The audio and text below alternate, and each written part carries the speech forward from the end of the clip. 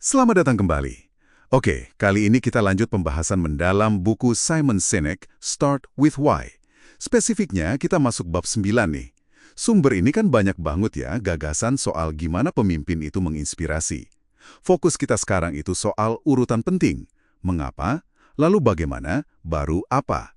Kita coba kupas yuk, kenapa sih urutan dan keseimbangan ini vital? Apalagi kalau organisasi makin besar. Sinek punya analogi bagus nih. Golden Circle itu katanya bukan cuma lingkaran biasa, tapi anggap aja kayak kerucut 3 dimensi, semacam megafon organisasi gitu ya. Ujung yang kecil, tempat suara mulai, itu mengapanya kan? Niat, keyakinan intinya gitu. Tepat, itu sumbernya ya, keyakinan inti atau alasan keberadaan. Tapi kan suara dari situ perlu diperkuat biar jelas di ujung sana.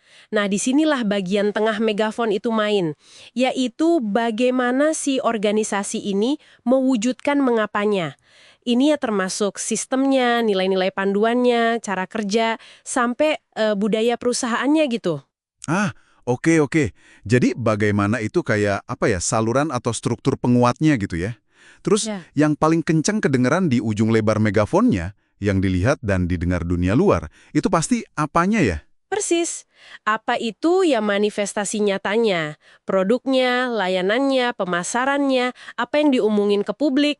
Itu kan hasil tindakan bagaimana yang idealnya banget didorong sama keyakinan mengapa. Cuma ya masalahnya megafon ini baru efektif kalau suara dari sumbernya itu jernih. Kalau mengapanya aja udah kabur, apa yang mau diperkuat? Bisa-bisa pesannya jadi bias atau malah nggak konsisten sampai ujung. Nah, ini jadi relevan banget kan? Pas organisasi tumbuh besar.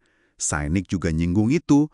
Katanya, pemimpin yang sering jadi simbol mengapa secara fisik suka makin jauh tuh dari pasar atau karyawan di depan yang ngerjain apanya. Disinilah, katanya, mengapa itu sering mulai buyar kejelasannya. Iya, dan Sinek kasih penjelasan yang cukup unik. Ada semacam paralel biologisnya loh. Dia kaitkan mengapa itu sama otak limbik kita. Itu kan pusat perasaan, kepercayaan, loyalitas, sama pengambilan keputusan.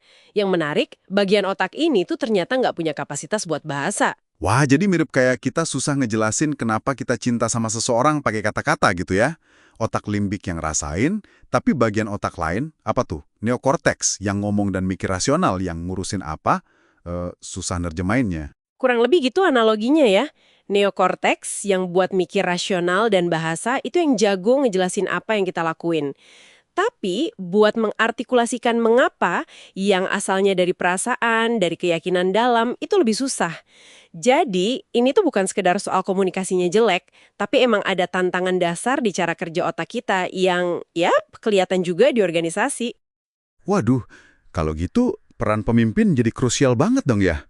Apalagi di organisasi gede. Bukan cuma ngurusin target sama hasil aja berarti, apanya doang. Bener banget. Menurut Sinek, tugas utama pemimpin puncak kayak CEO gitu, itu justru jadi personifikasi dari mengapa. Mereka harus jadi simbol hidup dari tujuan dan keyakinan perusahaan. Jadi apa yang diomongin dan dilakuin perusahaan itu harus jadi suaranya si mengapa. Contohnya kayak Steve Jobs di Apple dulu kali ya. Atau mungkin Richard Branson dengan Virgin. Rasanya kepribadian sama keyakinan mereka tuh nyatu banget sama mereknya. Produk atau iklannya jadi kayak perpanjangan dari mengapa mereka, gitu. Nah, itu contoh yang sering dipakai. Ini kan jadi pertanyaan penting buat Anda yang mungkin mimpin tim atau jadi bagian dari organisasi. Kalau fokusnya cuma ke target, apa, dan cara nyapainya bagaimana, tapi mengapanya dilupain atau nggak dikomunikasikan dengan jelas sama pimpinan, gimana ceritanya pesan inti itu bisa nyampe utuh ke pasar atau ke pelanggan, pasti ada yang hilang di jalan kan? Contoh bagusnya, iklan 1984 Apple pas launching Macintosh itu ya. Iklan itu kan hampir nggak ngomongin fitur komputernya apa. Lebih kerasa kayak manifesto, kayak pernyataan mengapa Apple ada buat nantang status quo, buat ngasih kekuatan ke individu. Makanya dampaknya kuat banget dan diinget terus. Bukan jualan barang doang, tapi nyentuh keyakinan orang. Tepat sekali. Komunikasi yang benar-benar ngena itu seringkali mulainya dari mengapa yang jelas banget. Oke, jadi intinya buat Anda semua nih, biar inspirasi itu awet dan organisasi bisa tumbuh tanpa kehilangan jiwanya, mengapa itu harus dijaga terus kejerniannya di pucuk pimpinan? Bagaimana cara Anda beroperasi dan apa yang Anda hasilkan, itu mesti konsisten ngebuktiin mengapa tadi. Keseimbangan Golden Circle ini jadi kunci banget, apalagi kalau skalanya makin besar. Coba deh refleksikan ini di konteks Anda sendiri. Di kerjaan, di proyek pribadi, atau bahkan cara Anda komunikasi sehari-hari. Udah jelas belum mengapa Anda? Apa tindakan, bagaimana, dan hasil apa Anda itu udah benar-benar nyambung dan nguatin mengapa itu. Gimana ya struktur ini bisa bantu jaga pesan Anda tetap kuat, tetap otentik? Nah, sebagai penutup nih, satu pemikiran buat Anda renungkan. Kalau apa yang Anda lakukan itu ibarat gema suara Anda di dunia luar, seberapa jelas sih sumber suara mengapa di baliknya kedengaran? Mungkin ada satu hal kecil aja yang bisa Anda ubah biar megafon Anda itu berfungsi lebih baik, biar gemanya lebih pas sama suara asli Anda.